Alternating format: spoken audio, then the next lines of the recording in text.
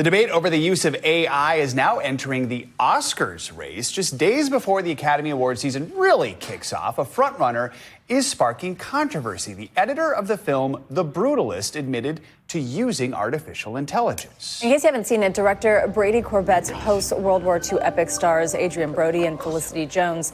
It follows the story of an architect who survives the war and escapes Europe to rebuild his life in America. The Brutalist won big at the Golden Globes, but the revelation that the lead actors' accents were enhanced using AI is now prompting some to question whether it should be allowed to enter the race for some of the Oscars' top awards. For more on this, let's bring in Katey Rich. She is the awards editor at The Ankler and host of the Prestige Junkie Podcast. Katey, good to have you with us. Folks may not have seen The Brutalist because it is nearly 4 hours long. But first of all, talk about exactly how AI was used in this film, what the editor's saying about why he feels he needed to use it.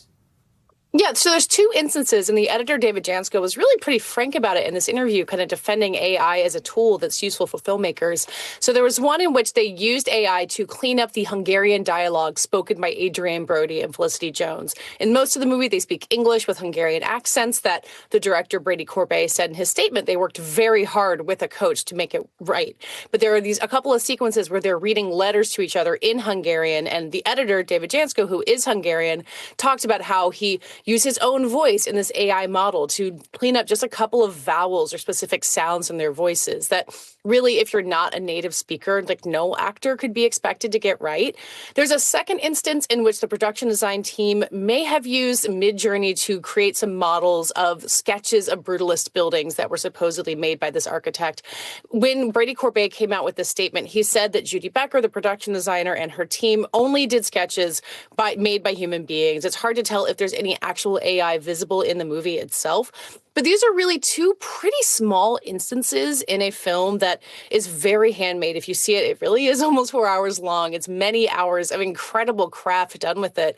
And that was what Brady Corbet, I think, wanted to emphasize in his statement, is that this is a movie made on a pretty small budget by a lot of really dedicated craftspeople. And the AI that was used in this is both small and it was overseen by humans. It created jobs in the process of making this work. It was really handmade as much as AI can be handmade. So I think that's something that's a little easy to get track of, or at least a little easy to lose track of, and the fears that a lot of people have around AI in Hollywood. Another favorite, right? Emilia Perez also facing criticism here. Walk us through, why it's such a big deal, how it's different from an action movie using computer-generated effects. It's a great question. I mean, I think when people hear the word AI, they get this sense of fear. The potential of what AI can do is really vast. I mean, you've had people in charge in Hollywood thinking wow, it's great. We don't need to hire real actors anymore. We can just have AI replicas of their voices. And that's literally something that's happened with, some of the voices in Star Wars. There's AI models being built on James Earl Jones, so the voice of Darth Vader can outlive him. These instances are done with the permission of the actors themselves. I think that's the really important thing. When SAG went on strike last year, that they wanted to make sure that AI wouldn't be built on them without their knowledge or consent. And in Emilia Perez is the same thing, where Respeecher, this AI tool, was used to enhance the voices, to increase vocal range, to do all of these really small, subtle things that not only would you not necessarily notice if you're watching it, but the actors were fully aware of. And that's the important difference. The Oscars just might tell us how much and how people who work in the industry feel about this. All right, Katey Rich, thanks so much for your time this morning. Appreciate it. Thanks a lot.